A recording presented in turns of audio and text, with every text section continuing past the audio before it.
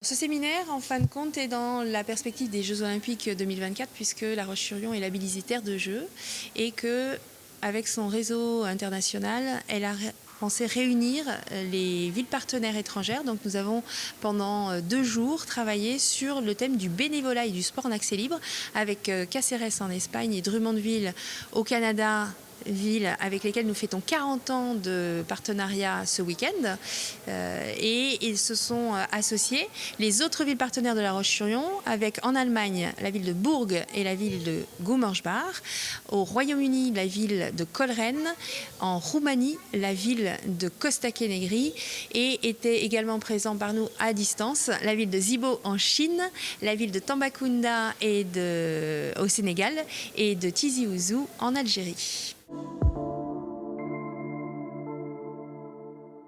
Le bénévolat, c'est quelque chose qui a fluctué avec la pandémie. Beaucoup de personnes ne s'engagent plus comme avant. Et là, l'idée, c'est de pouvoir réfléchir à comment, justement, trouver des solutions pour que les gens puissent reparticiper à la vie citoyenne et à la vie locale en s'engageant sans forcément attendre quelque chose en rétribution, puisque le bénévolat, une définition qui a été donnée pendant ce séminaire, c'est de dire qu'on y va parce qu'on a envie et pour prendre du plaisir à faire quelque chose avec d'autres personnes. On a l'habitude, nous en France, de pratiquer le sport dans des clubs, en association. Mais maintenant, avec la pandémie, justement, on s'est rendu compte que les gens avaient envie de faire du sport quand ils veulent, comme ils le veulent, et pas forcément en allant dans des clubs. Donc c'est ce qu'on appelle le sport en accès libre. Par exemple, vous avez les pistes cyclables, c'est du sport en accès libre. Je suis donc guide accompagnatrice de la délégation de Cáceres, des représentants, donc qui sont 3 sur cet événement. Et je suis chargée de faire en sorte que leur séjour soit vécu le plus insouciamment possible. Je les guide sur les lieux des événements.